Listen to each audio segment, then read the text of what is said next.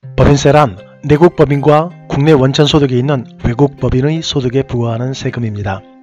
매출액 등 법인의 순자산을 증가시키는 모든 거래 총 입금에서 매출 원가 등 법인의 순자산을 감소시키는 모든 거래 총 성금을 뺀 각 사업연도 소득금액에서 2월 결손금, 비과세 소득, 소득공제 등을 차감한 과세표준의 기본세율을 곱해서 나온 산출세액에서 세공제 감면세액을 빼주면 법인세 결정액이 나옵니다.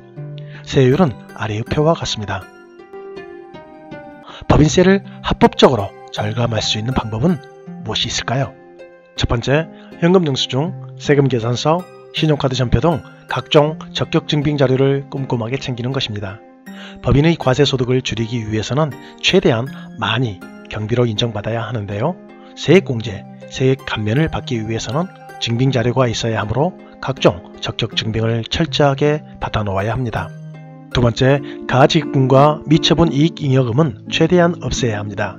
가지급금이란 실제 현금의 주철은 있었지만 거래 내용이 불분명하거나 미확정인 경우 경비 지출 시 정규 증빙을 받지 못했거나 자금의 사용 용도를 명확히 하지 못해 일시적인 가지급금으로 처리되는 경우도 있지만 일반적으로는 법인의 특수관계자, 대표이사 등이 업무와 관련 없이 법인으로부터 인출해간 금액으로 보게 됩니다. 그래서 그 금액의 이자까지 법인의 소득으로 산입하게 됩니다. 만약 금융기관에서 자금을 차입한 경우에는 지급이자 송금 불산입으로 비용으로 인정받지 못해 세 부담은 더욱 높아집니다. 그리고 대표이사의 가지급금이라면 상해로 처분되어 소득세와 4대 보험료가 올라갈 수도 있습니다. 또한 과도하게 누적된 미처분 이익잉여금도 법인의 세 부담을 높이는 주범입니다. 특히 이익결산서를 편집하여 은행 대출이나 투자 요청 목적으로 이익잉여금을 만들어내는 경우 장부상으로만 존재하는 잉여금으로 법인세 증가는 물론 추후 세무조사 대상으로 선정될 위험까지 가지고 있습니다. 이처럼 가지급금이나 미처분 이익잉여금과 같은 재무리스크들은 막대한 세금을 발생시킬 수 있으므로 법인세 신고 전에 안전하게 정리하는 것이 좋습니다. 세 번째, 최근 중소기업의 법인세 절세 방법으로 기업부설연구소가 떠오르고 있습니다. 연구 및 인력개발비로 쓴 금액의 25%를 공제받을 수 있기 때문입니다. 신성장동력 원천기술연구개발비는 최대 40%까지 공제가 가능합니다. 또한 연구 및 인력개발 설비 투자비는 최대 7% 세액 공제가 되고 기업부설연구소용 부동산은 지방세 감면, 연구개발 대상 수입 물품에 대해서는 관세 감면 등의 조세 혜택이 주어집니다. 네 번째, 벤처기업 인증 또한 효과적인 절세 방안입니다. 창업 중소기업이 벤처기업 인증을 받으면 4년간 법인세 50% 감면, 4년 내에 취득한 사업용 부동산 취득세는 75% 감면, 3년간 재산세 면제 등의 혜택이 주어집니다. 사업장의 고정비 절감이 절실한 기업이라면 기업부설연구소와 벤처기업 인증 제도를 통해 정부의 조세 지원 혜택을 최대한 활용해야 할 필요가 있겠습니다.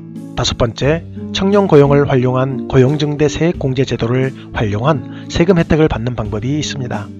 청년 근로자는 한 명당 법인세 1,100만원을 줄일 수 있고 청년 외에 상시 근로자를 고용하였다면 한 명당 700만원의 법인세를 감면받을 수 있습니다. 이 외에도 창업 중소기업 세액 감면, 중소기업 특별 세액 감면 등 정부에서 지원하는 세액 감면, 공제 제도가 있지만 이에 대한 정보가 부족하여 혜택을 받지 못하는 기업이 많습니다. 따라서 조세특례 제한법상 세액 감면, 공제 규정 등을 모두 적용받고 있는지 먼저 파악해봐야 하겠습니다. 여섯 번째, 법인사업자의 경우 기부금의 일정 금액을 손금에 합산할 수 있습니다. 정치후원금도 이에 속하는데요. 산입 한도는 기부금을 반영하기 전 소득의 지정기부금 10%와 법정기부금 50%가 해당합니다. 접대비, 상여금, 퇴직급여, 퇴직보험료 한도 외 과다경비 등도 원칙적으로는 손금에 해당하나 한도 초과 지출에 대해서는 접대비는 연간 1,200만원, 수입 금액에 비례해 추가 한도가 손금 불산입됩니다. 농업 분야에는 두 가지 형태의 법인이 있습니다. 영농조합법인과 농업회사법인이 그것입니다. 영농조합법인과 농업회사법인의 차이점은 조합원 요건과 그 성격의 차이가 있습니다.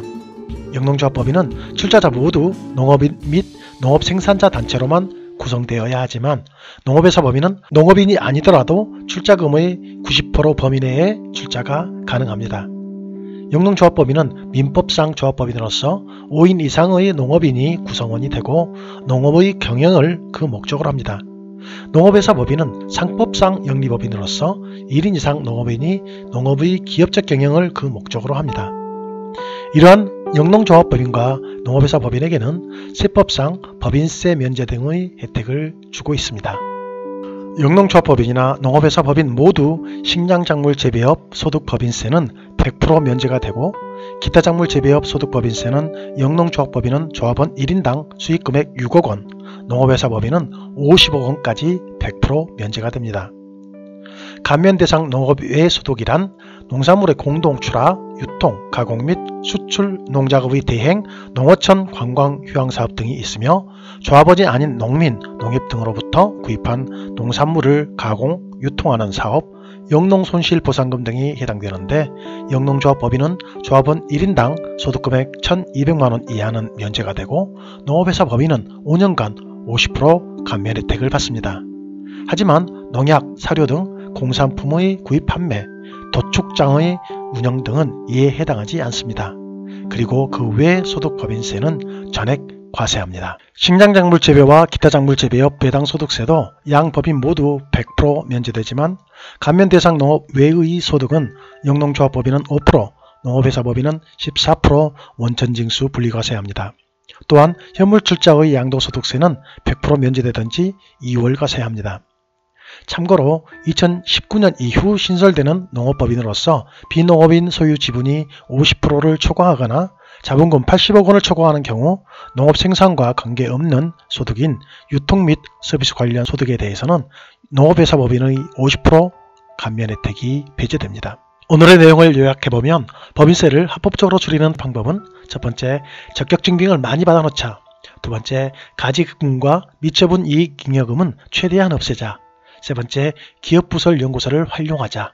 네 번째, 벤처기업 인증을 받자. 다섯 번째, 청년 고용을 활용한 고용증대세액 공제 및 창업 중소기업 세액 감면 등의 제도를 잘 활용하자. 여섯 번째, 기부금, 후원금의 경우 손금에 산입된다 입니다. 고맙습니다.